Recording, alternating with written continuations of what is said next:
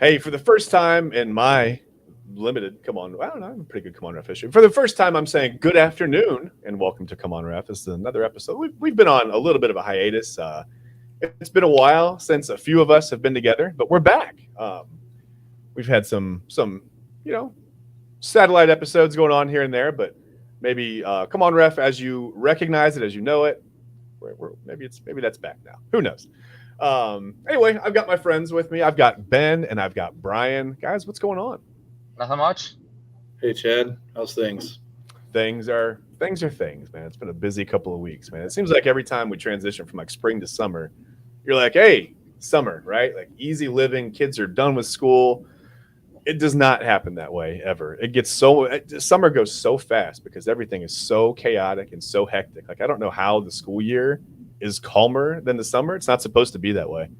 But it's not even really summer yet, and it already feels like it's going fast. So, how about you guys? What have you guys been up to? Nothing much. Working, watching sports. There you go, Brian. Anything good to report, man? Anything fun? Anything exciting? Staying busy, getting ready for next Akron Aviators season, getting ready for the next European tour for USA Select team. Yeah. Just like Ben, staying busy, trying to catch up on sports. Right. Now, does anyone know, is Caitlin Clark going to be named to that squad? Or does she get snubbed there? We'll get to that later on the show. Anyway, I think we got a pretty good show for you today. We're going to talk a lot of local sports. We're going to talk Cavs because they still don't have a head coach. We're just a couple of weeks away from the draft, right? And, you want to have a head coach in place. I mean, I know they don't have – it's not like they have a top 5 pick or anything, but it'd be nice to have something in place, right? We'll get into the candidates for that spot in a little bit. We'll talk about that. And we want to talk about the Guardians because, they've been one of the best teams in baseball, but it kind of feels like they're a little bit patched together, doesn't it? Like it feels like, I don't know, I've got some Band-Aids holding certain things. We'll see what happens, if they need stitches or not at the trade deadline. We can talk about that. But I'm going to get right into it because we want to try to have a nice, quick, buttoned-up show for you guys today because I'm sure that you've missed us. And, it'd be nice to have a feature-length film, but we're going to get out of here in about 40 minutes today. We're on the clock. Headlines, like I said, first thing, Division III Baseball World Series for the first time ever was held in Eastlake, Ohio, right here near us at Classic Park. Something we all know as Guardians fans. It's the home of the Lake County Captains, their high A team. I watched some of the games online. Ben, I know you and I talked about maybe trying to get out and watch Birmingham Southern. Dude, if they got past a certain point, but it didn't work out that way. I was a little bit busy in the early part of the week, and that weekend before was just, if they made it to the championship game, me and my dad we were gonna go watch them. I don't know if you guys heard the story about Birmingham Southern, our viewers, or if you read up on it at all. They're a Division III school who, towards the end of their season, their school closed due to financial reasons. So they were literally playing for a school that no longer existed. Yeah. And they got an at-large bid to the College World Series and ended up making a little bit of a run. Ended up losing to the eventual runners-up in Wisconsin Whitewater on a walk-off. Yeah, that's right. Yeah, they did make a little run. And, what a cool story. I don't know if you saw this, Ben, but after the whole thing was over, they asked their coach if they could cancel the flight home that they had chartered. I did see that. Yeah, I did see that. They wanted to take one last road trip as a team on the bus. Yeah, I thought that was really cool, man. That's pretty cool. And I don't know if you know this or not, but you remember how Adam LaRoche had to retire? Yeah. Because the White Sox they wanted him to stop bringing his son around the clubhouse as much. I don't know if he had to retire. I think that was his choice, but yeah. Yeah, but his son was on that Birmingham Southern team. I didn't know that. Oh, that's amazing. He was their star pitcher. Oh, that's their star pitcher. That's really, really cool, man. Oh, that's cool. That's a full circle. And since they didn't have a school or like anything to go back to, Adam LaRoche was paying for like all their jerseys to be washed, stuff like that, while they were in the World Series. He was paying for like team meals and stuff like that. So they had, he was basically taking care of them while they're trying to win a World Series. I'm not surprised. He was, top flight as far as people go. He was top flight when he was with the Braves. I think the White Sox really missed the mark on that one, but that's not up to me, I guess. I just wanted to mention too, in that championship series, it's a best of 3. Misericordia. They took down Wisconsin Whitewater. So the Cougars took down the Warhawks. If you know anything about college football, Wisconsin Whitewater, and especially if you're a Mount Union fan, Wisconsin Whitewater. Seems like they're just an athlete factory. There's like a D3 athlete factory. I wonder what the academics are like there because, man, the athletics are like on par with the top 4 in the nation, right? Pretty impressive. Yeah, Misericordia won game 1, 12-9. Wisconsin Whitewater won game 2, 16-10. And then game 3, the deciding game, was won 10-5. Misericordia came out and scored 7 runs in the first inning of that game, put it away right away. High-scoring games. Yeah, well, you get to the end of the year, and I think everybody's out of pitching, right? Like when you get this double elimination tournament, you could do all the regionals and everything else. I think you just whatever you have left is what you have left. You patch something together, and especially at a Division III level. Yeah. Like one more quick note about that. I just wanted to say Misericordia, their head coach Pete Egbert also picked up his 600th career win in that game 3 in that deciding championship game. So I thought that was pretty cool. That's crazy. But listen, next year I want to make it to some Division III games. If you guys are going to go, I'm sure you can look at the captains. I mean, they won't have any ticket information until closer to next year, but you can check out NCAA.com. Check out specifically the Division III part of that site. You can check out. So is it being held there again next year? Oh yeah. They're going to be there for. I don't know how long the contract is, but it's at least a few years. I know that they'll have. They'll have that Division III College Baseball World Series, and hopefully they'll advertise a little better because I know some people that were there had complained that some of the seats were a little empty. No one knew about it. I mean, I didn't know about it until about 4 days before. So, and I just want to say, I don't know if it's easy. I don't know if it's the captain's like social media team or whatever, but I went and watched a Stephen Kwan rehab appearance there. Mm-hmm. Stadium was empty. There was nobody there. You're having a big league player who's one of the best players in baseball rehabbing. And you post one video on social media of him saying, come out to the captain's game, support us. It's like a 5-second video. Well, there you go. And if you're watching the show and listen, if you think you can be more engaging than the Lake County Captain's social media team, email them, or maybe you should find them on social media. Well, don't do that because that's the person running the account. They're not going to let you find them. Let them know if you want to run the account. Ben, maybe you can do it. Why not? I mean, I know you'd be more engaging, wouldn't you? Yeah. Ben likes people. Quick other headlines. We wanted to talk about Caitlin Clark real quick, and I just wanted to ask you guys, Brian, I'll start with you. Now it was announced this morning that she is an alternate for Team USA. So all the people in the comment sections, and all of Facebook and Twitter and X or whatever it is now, everybody calm down. Okay, she's an alternate for the U.S. squad. It's fine. But Brian, I want to ask you specifically: did you look at that as a snub when she was left off that initial roster, or where were you on that? No, I didn't. Yes, she's a very talented player. Yes, she is raising the stock of the WNBA and opportunities and eyeballs. Absolutely. But this is the Olympics. This isn't a business of one league here in the U.S. This is the best of the best internationally. And Rebecca Lobo, who was one of my favorite players, retired Hall of Fame career, made an interesting point the other day that these teams have been practicing together for a few years. Yeah. And they would practice and scrimmage and travel and work out. And a lot of these things have been happening the last 2 seasons in April. And we all know where Caitlin Clark was in April, competing for national title or title games. So she's not available to come and practice with the team if they, even had her on their radar then. Right. And when you look at the roster, like, who at her position do you take off to put her on? Is this like, I think talent levels are different, but is this equivalent of like, well, Bronny is popular, so he should be in the NBA? Like, Caitlin's popular, should be on the – she'll make plenty of Olympic teams. Yeah. Sure she will. Like, sure. She's, 22 years old. She's got a whole career ahead of her. Yep. She'll be in multiple Olympics and World Cups. I mean, she's a virtual lock for 2020. Yeah, we know that. Yeah. And I think I'm with you. I don't look at it as a snub at all. I mean, first of all, I'm looking at the roster, and I'm not going to go through it name by name.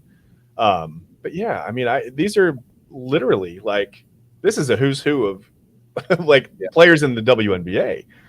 Ben, what did you think? I mean, were you shocked? Or were you surprised at all? Or I probably have to say no, because even if you look at NBA and WNBA, right? Like, there's not a lot of rookies that make Olympic teams in either side. I don't care how good you are. I don't care if you come in the league and you're the best player. Not a lot of rookies make a USA Olympic team because, someone asked Christian Laettner about his experience on the Dream Team. I mean, yeah, and like Brian said, these teams practice together when these young rookies are in college. Yeah. Like a lot of times And in draft workouts and everything else she had going on at that time. Yeah. Yeah. Yeah. And so, like, I mean, yeah, don't get me wrong. Like you said, Chad, she'll make plenty of Olympic teams, right? Sure. But I also don't think she's averaging like just under 17 points a game. Yeah. But she's also turning the ball over a lot. So I think, like, and she's not. There's been some games where she hasn't shot well. There's some games where she's gotten into foul trouble. Yep. And it's like I just think they want the best players that have the experience in an Olympics to try and win them a gold medal.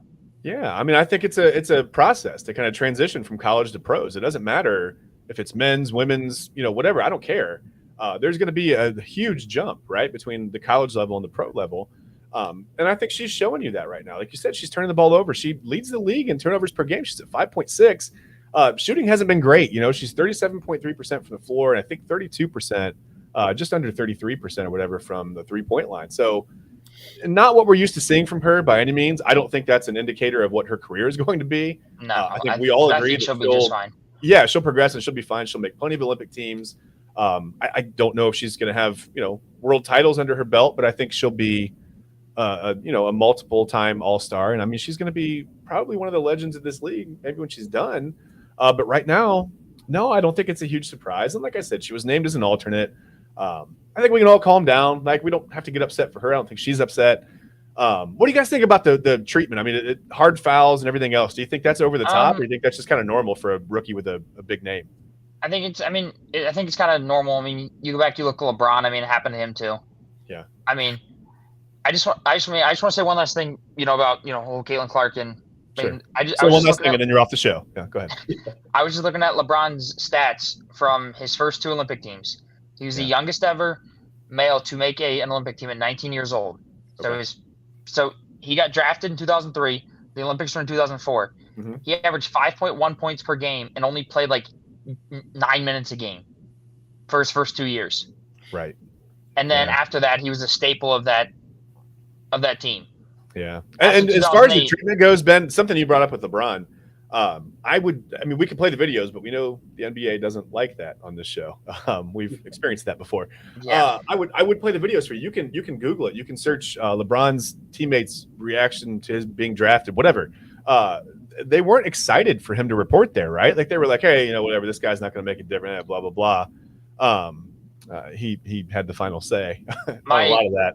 But yeah, I think this is pretty normal. I think it's par for the course. And listen, I think one of the things that, like I said, if she's not upset about it, why are we wasting our time being upset about it? Right? Like you can't be upset for someone who realizes the situation that they're in and she's willing to face it head on. I mean, hey, it is what it is, right? I mean, Jordan had this when he started. He didn't complain. He put on 20 pounds and came back and he dominated those teams in the playoffs, right? The Knicks and the Pistons and whoever else was beating him up back in the day. So, and I'm like from that video that you were talking about, I think my favorite one is. Forget who said it, but he's like, we have better players at his position already playing. Yeah. Well, we found out that was maybe Yeah. limited truth. I want to think too about international experience. Mm-hmm. A lot of these women, as we've come to know in the last few years, play in the WNBA, but then they also go to other countries to play, and that's some of them make majority of the income overseas. International basketball is different. Yes, the majority of the rules are the same. The contact is very different. Yes, it the is. style of play is different. I think, especially in Europe, they play team ball way better than we do as Americans because we have ISO ball stuff that no one else in the world really does. So they've got experience. Like, you're going up against grown women. Yeah. Like, full grown. Like, I guarantee you China's going to be tough. They brought some 7 foot tall, just tough. Russia's going to be tough. Like, these women have played at the highest levels internationally. Yep. I'm glad she's an alternate. Let her get some experience practicing and learning. Yeah. Cool. I mean, like you said, international ball is different. I don't think the place you want to learn about that is on the floor in a high leverage game, right? No. I mean, I just wanted to touch on, Brian, what you were saying. I mean, I don't know if you guys have seen the clip of, they were talking about how when, Kobe was on Team USA and he told his teammates, he goes, I'm going to run through Powell's chest first play of the game. Yeah. It's a screen. Powell sets a screen. Kobe just, boom, just collides with him, hammers it. In today's NBA, that's a foul. You're getting a whistle blown. Yeah. But in the Olympics, no whistle. Okay. And they were talking about how the rules are different too. Like, and I think it's in like for the Olympics for men, when you Euro step, you can't take that third step without putting down a dribble, or else it counts as a travel. Yeah. Whereas in the NBA, you can take your full 3 or 7 or 8, whatever. Yeah. But like, and they were talking about how like there's different rules, and like you don't just want to throw Caitlin Clark out there and be like, and her do something wrong and be like, well, that's not a foul, and then turns out it is because it's European rules. Yeah, in the NBA, you can check yourself out of the game and go back to the training room, get checked out, come back out, pick up your dribble, and you're fine. It's no problem. Yeah, I just it takes some getting used to. But just like you said, I think the people that play, you know, like in Europe and that have had the experience, I think it's good. Like you said, I think it's good for her to be an alternate to learn, and then come next Olympics, she'll be ready to go. She'll be 26 in the prime of her career. Yep, she'll get some good coaching, and she'll get some good coaching, and she'll be fine. Everybody, listen, she'll be fine. We don't have to baby her. She's not a baby. She's a grown woman. She'll be just fine. Listen, I want to move on. Speaking of good coaching, all right, we talked about good coaching. What are the Cavs going to do? When do you think are they going to hire a coach, or when? I'm sure they're going to hire a coach, but when do you think that'll be? Do you think that happens this week? Do you guys think that like the Cavs? They've got it down to 2 candidates, and we'll get to that in a minute. But do you think we're getting close to the time frame where we're going to get an announcement like any minute now, any day now that the Cavs hired someone? Yes, because I was talking about this with my dad. I think if the Cavs were going to keep Donovan Mitchell, you had to get rid of Bickerstaff, and vice versa. If you keep Bickerstaff, Mitchell's gone. Yeah. Because I don't think Mitchell and Bickerstaff got along. I don't think they liked each other. I mean, yeah, you could win basketball games, but you have 4 perennial top 100 players on your roster. Yeah. And you decided to tank to play the Orlando Magic instead of getting a 2 seed and having a chance. They'll say they didn't do that. They'll tell you they didn't do that. Mm-hmm. That's not why they pulled everybody off the floor, Ben. I've watched enough sports. I know when teams tank. Trust me. I saw the Browns go 0-16. I know what that looks like. There's a feel. There's a feel, isn't there? Yeah, there's a feel. According to Brian Windhorst, like I said, according to Brian Windhorst of ESPN, they're down to 2 candidates. It's James Borrego or Kenny Atkinson at this point. Are we concerned at all? Are you guys concerned about losing Borrego to the Lakers now that Dan Hurley's going to turn that job down, or do you think there's a rush there or no? No, because personally, I want Kenny Atkinson. Okay, why? Tell me why. Because he's been with that Warriors team throughout their dynasty. Okay. I think he came in 2015 when they won their first one.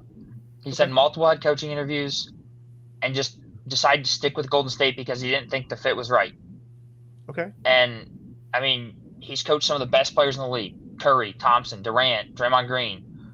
Okay. And if you put him on a team with the talent we have and the style of play. I was going to ask you, so what's right about this fit for him? Do you think he would like the idea of having Donovan Mitchell, Evan Mobley?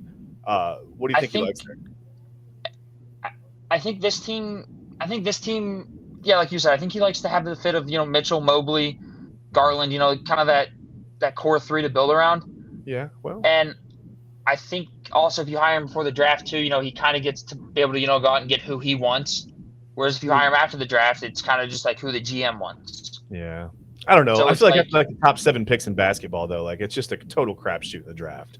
Yeah, I mean, but like if you can really throw a dart at a board, and you know what I mean? It's tough. Yeah, but I just think he would be.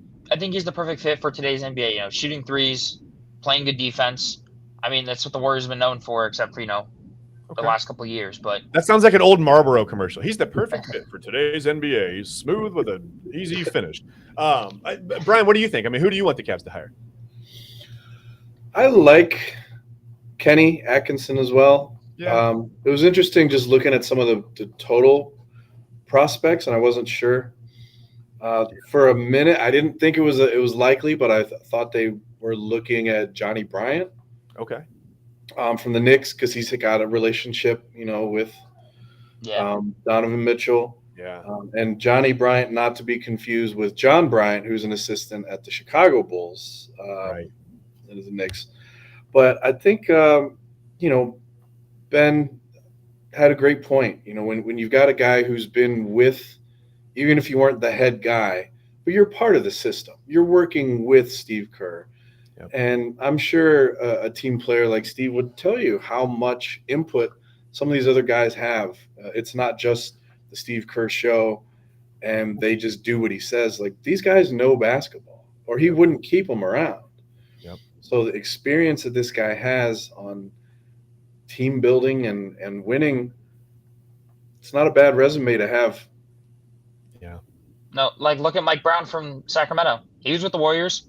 He was to Sacramento in 2 years. They're winning basketball games. They went from they turned it around quickly there. Yeah, you're right. You're right. And some of that's roster building. Listen, some of that is assets that we don't have here as Cavs fans. But that's okay.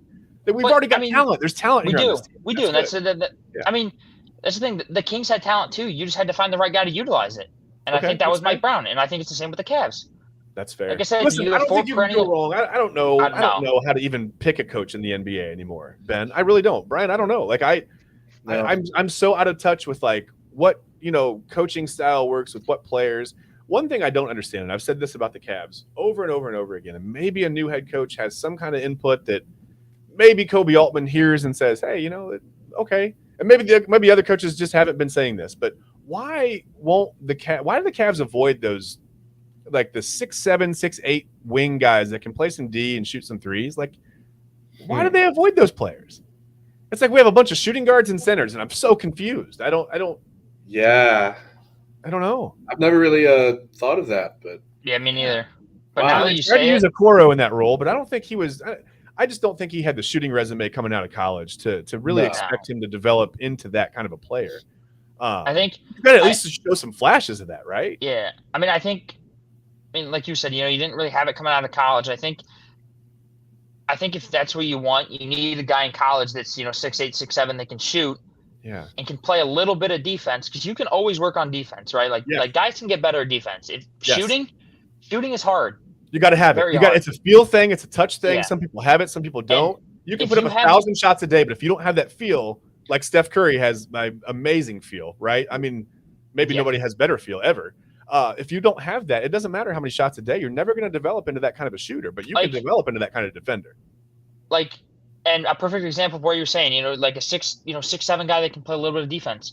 Yeah. Look at prime Klay Thompson. Yeah. 6'5", 6'6". Yeah. Wasn't super great defensively, but because of his size, he could get you some stops if you needed him to. Yeah, he could shoot some passing lanes and throw his hands up and yeah. Like he could.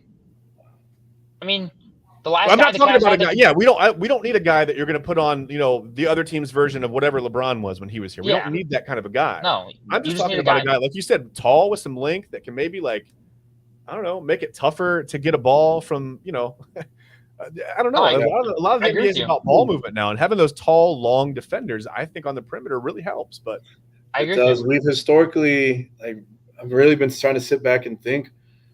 We don't have a lot of those players, and part of this is because I'm, as you guys know, I'm a big Kentucky fan. I grew up watching them. My dad went there. Kentucky has developed quite a few 6'7" to 6'8" guys who are really strong, who can defend that. I think recently in Oscar Tshiebwe, players like that. I love that guy. PJ Washington has been PJ Washington's good. Great. The Cavs, I can't tell you the last time they had a Kentucky player, but thinking of those type of guys that you can develop, we're not seeing the 6'6" forwards of Charles Barkley anymore. No. But we have guys who can rebound and defend a little bit, but have a nice mid-range. We aren't picking these guys up. No. I don't get. I don't know that the Cavs they don't have any kind of offensive identity that I can really identify right now. I just can't. No, I keep thinking bigs and scoring guards.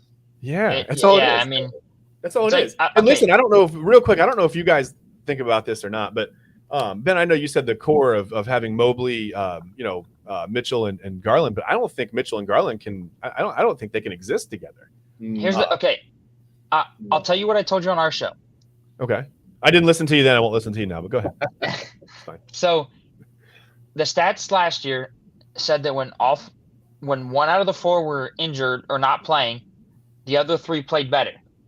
But the stats also say that when all four of them play together, the Cavs have a 62% win percentage.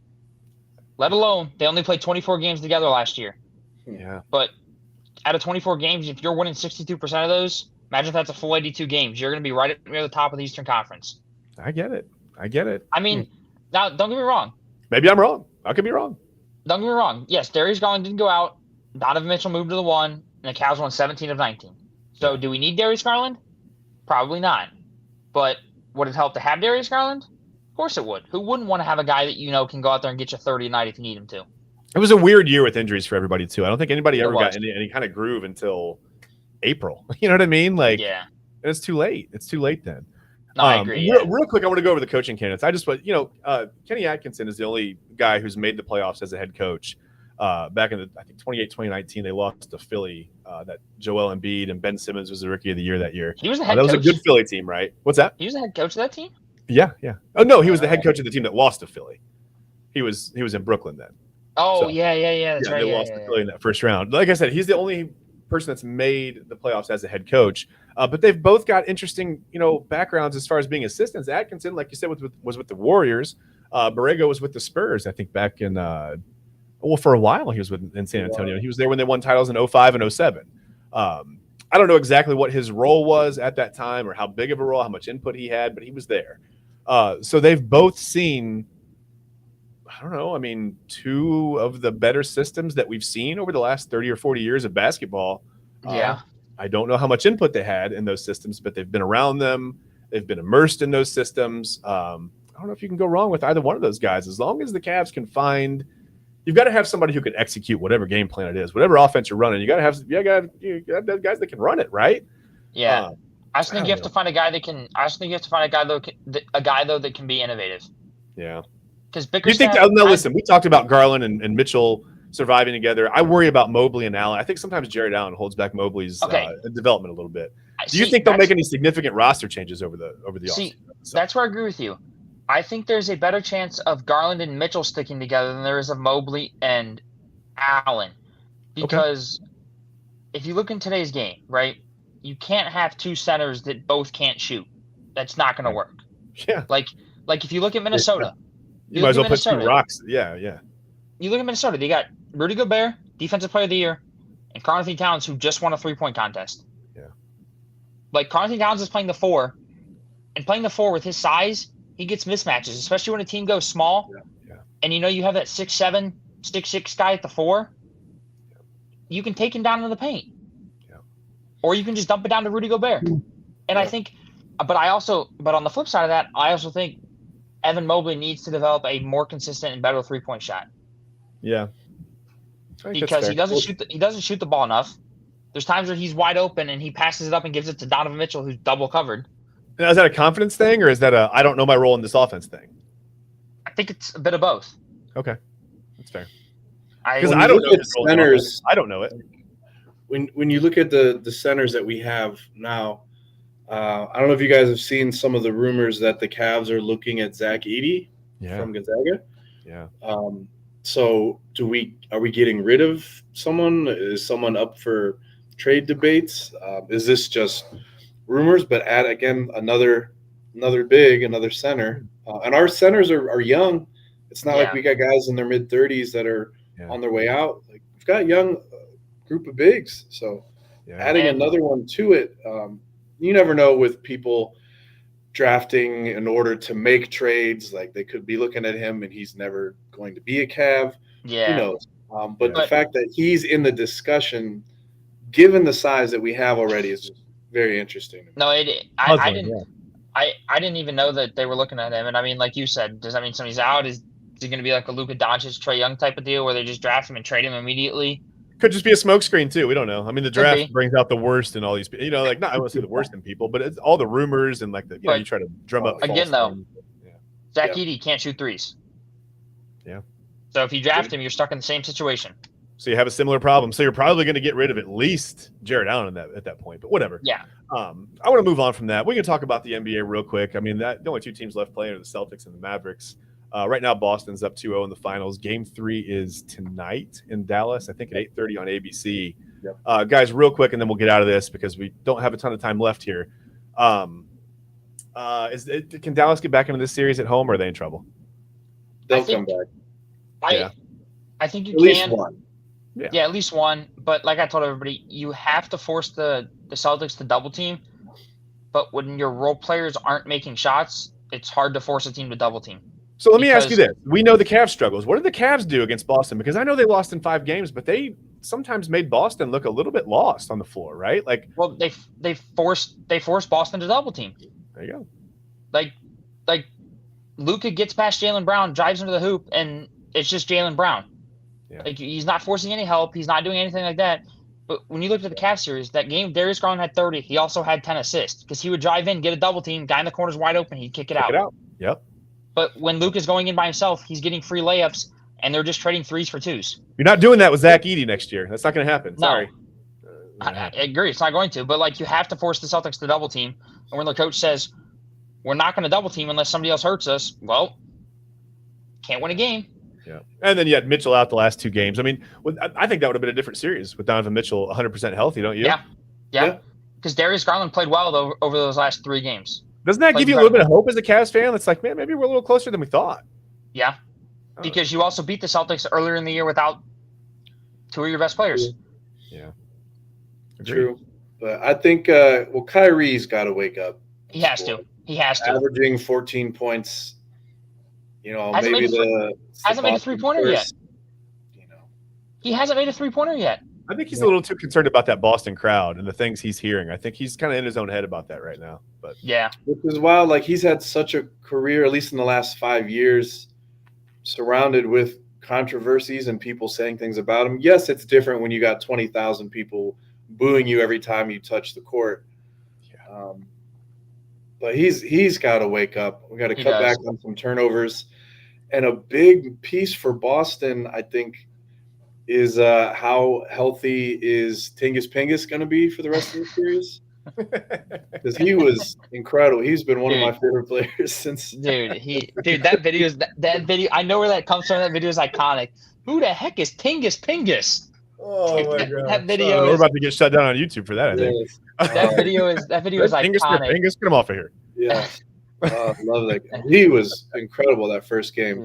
That first game, a whole series of like 4 minutes of just blocks and dunks and threes. Just maybe next week we'll bust out Blue Guy, because I was reading a little bit about what he's got going on in his ankle, and it's a very rare injury, supposedly. Yeah. Okay, speaking of injuries, how is Luka even walking? I don't know, because it's just pure willpower at this point. That dude's tough. That's a like he's got like an ankle injury, a back injury. Like, I sent Chad a picture. He had an ice pack on both knees. He had an ice pack on his shoulder. He had ice packs around his ribs. It's like, dude. Listen, this is the jealousy talking, but I'm glad he at 24, 25, whatever, I'm glad he feels the way I do at almost 45. Okay, I'm not going to. I'm glad. Wake up in the morning and feel like that, Luka, then see how you do it. I got ice packs I sleep in ice packs. It's like old Larry Bird, just when he'd go out of the games, he'd just lie down and rest his back. That's unfortunately my lasting memory of Larry Bird, is him going down and laying on his stomach to try to stretch his lower back out. That's my memory of him. I don't remember that. Yeah, just because you're not old. But yeah, that's fine. I was born before you. What are you going to do? Real quick, switch gears to another cold weather sport, but it feels like it's always going on. The hockey, the Stanley Cup finals are going on right now. I know our guy Jackson is not very happy. His Edmonton Oilers are down 2-0 to the Panthers. The Florida Panthers are just – right now, they look like a defensive juggernaut. I mean, I was watching a little bit of the game too, and it's like they can't even get the puck close to the net. Like, forget about getting a shot on goal. Forget about it. Like, they can't even control the puck close to the net against this Florida defense. I don't know exactly what it is. I mean, I don't know. I don't know enough about hockey to watch and diagnose and go, oh, wow, here's what Florida's doing. It just feels like they have 20 guys on the ice at all times. I mean, it's wild. Well, my dad sent me a stat, or told me a stat. I can't remember what it is, but I think the Florida Panthers have like 4 top 10 picks on their roster from the last decade. Okay. So they've so they scouting have and development, they do well there, I guess. That's fine. Well, not just from them, like that other teams have drafted it. I got just came to. They just stockpiled talent. I've got you. Yeah, okay. But I mean, that could be a reason why. But like I said, I haven't really watched much. But yeah. I mean, sure, who would have thought a Florida team is dominating a cold weather sport? Yeah, right. And I feel like you said, sure, it helps. I feel like every time I've played sports, it's always good when you have good players on the team. It helps win. For whatever reason, we'll figure out that formula one day. But you got the Oilers, who, growing up, like, is a name I always knew in hockey, but I don't think they've won a Stanley Cup since 1990. It's been a long time. I think you're right. Yeah. Sounds right. It's just been a long time since Canada's won in general, and that is really shocking to me. So to add that to Ben's point of thinking a Florida team be winning a cold weather sport against Canada. Right. I mean, Vegas won in their first year in the league. Like, what is going on in hockey? Like, and here's the thing, too. I was talking about this with Jackson the other night. And I think this is a great point. You don't really ever hear anybody undermine the Stanley Cup champion, right? Like, if you win the Stanley Cup finals, like, you've gone through it, man. Like, you absolutely have gone through it. And I feel like you are a deserving champion. I don't know what it is about hockey or about – I just don't get it. It just seems a little bit different to me, right? Like you hear baseball all the time, like, oh, whatever, it was a short season. You only had to play the Phillies or whoever. There's so many asterisks when it comes to other sports. Even when you think of basketball, people complaining the Eastern Conference title winners always had an easy walk to the finals. We hear that all the time. We hear that with, if this person weren't injured, they wouldn't have won the Super Bowl. Like I don't hear any asterisks in the Stanley Cup discussion. Never. No, I never hear it. I think a big reason because of it is just like I would say how well respected hockey is around the world. Yeah. Like maybe hockey fans are just real fans too. Yeah. Dude, they're passionate too. Like they are. Yep. But yep. They know their sport. The rules haven't changed in 100 years or whatever. It's been like you don't hear about rule changes all the time in hockey, right? It's the same game. It's the same exact game.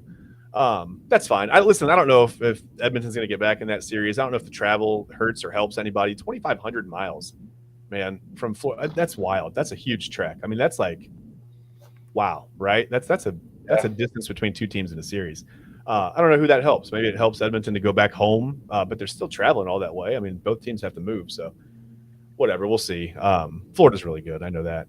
I want to move on to the Guardians. We just have a few minutes left, but I do want to talk about the Guardians. Listen, they've been one of baseball's top teams. It's been since day one, since opening day, right? But, right? Doesn't it feel like there's like a but? And not like a but, like, somebody's butt. But it just feels like there's like this big, I don't want to say big but. There's a big but. Question mark. And I cannot lie. And you other co-hosts can't deny, right? What am I doing? I think that it just feels like they're a team that's like kind of patched together by Band-Aids right now. Doesn't it feel like that to you guys? It does. It does, but at the same time, I think if the majority of your core can stay healthy, or core of your hitters can stay healthy, okay, I think you got a shot because that's fair. Even if you have 5 Cy Young Award winners on your roster, you can't win with just pitching. Yeah, no. I mean, the Braves are showing you right now, if you can't hit, you can't win. I mean, the Braves and I think you got to score. Are not winning. Yeah. Yeah, and I think that's why important, but you got to score. Yeah, you have to score. Someone asked the Phillies. They're 10 games up in the NL East right now. Like, yeah. I think that's why the Guardians team is so good is because in years past, we've seen them winning, all these, 1, 2, 3-run, 3-0 games. Yeah. This, they're scoring 10, 8, Wait, 12. Can I ask you, Ben, is there a reason? Is there a physical reason that offense is so much better? I think it's just a different approach that Stephen Vogt's taken to the game. I think it's the stadium. But they're doing it in away stadiums too. You're going to ask me, but okay, that's fine. That's fair. I want you to look at some numbers, and I can send this to you. Oh, no, I have. Have you seen some stuff? Okay. I've seen them. When they removed some of that stuff in right field, instead of like, all the retired numbers up there, they say the wind would come off the lake and kind of bounce back in toward the field up there, right? But now that that's an open airway, they say the wind comes off the lake and it goes right through and it's like whipping out to right field. And there's a lot of like statistical anomalies where like guys hit a ball 89 miles per hour off the bat with a 33-degree launch angle.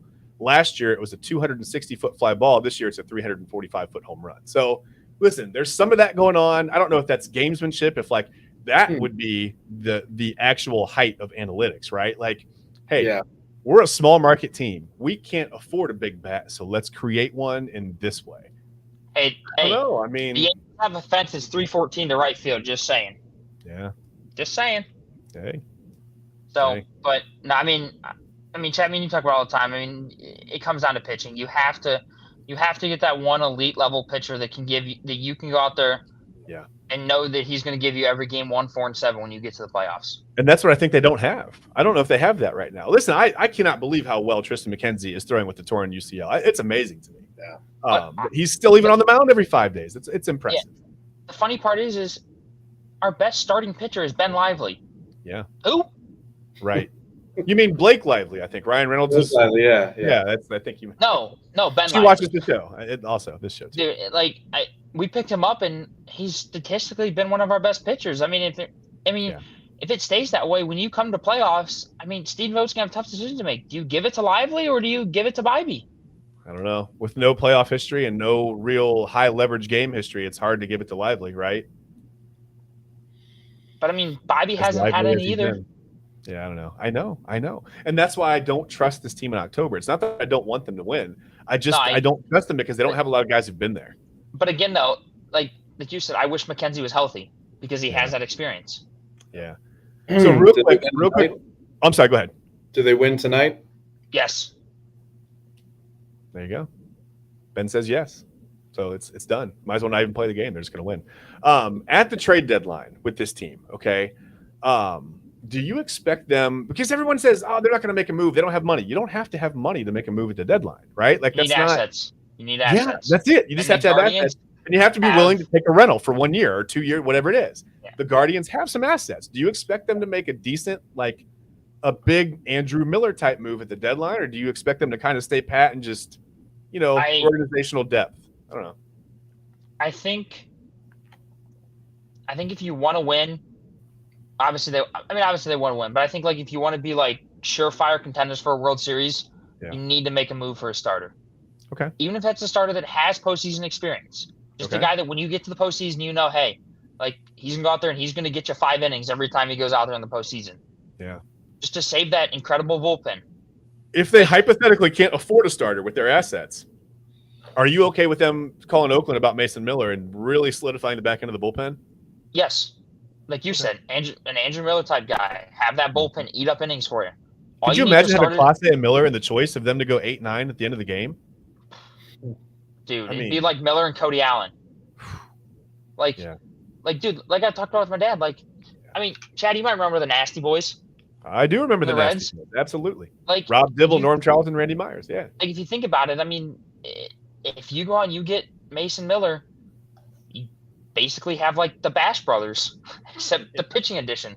Yeah. Like you're not wrong. Like you need a starter and 2 relievers to get you through the 5th, the 6th, and the 7th, and then you'd have Clase and Mason Miller to go 8th and 9th. Yep. So, Brian, I'm going to put you on the spot. You got to pick right now. It's October. We're looking at, I don't know, ALCS, NLCS. Are the Guardians there or no? Yes. Okay. I think they are. I'm feeling good. We've had some pretty good runs the last few years. I think Cleveland, at least in the last 5-10, like we're always contenders. Mm-hmm. I don't think there aren't many teams I can think of where we're like, oh yeah, this isn't going to go well. Yeah. At some point, you have thought that it did go well. Actually, there was 1 year where everyone counted them out. I think it was 2 years ago. Yeah. I was going to say 2022, 2023. I can't remember the year, but yeah. Yeah. You had all that young talent.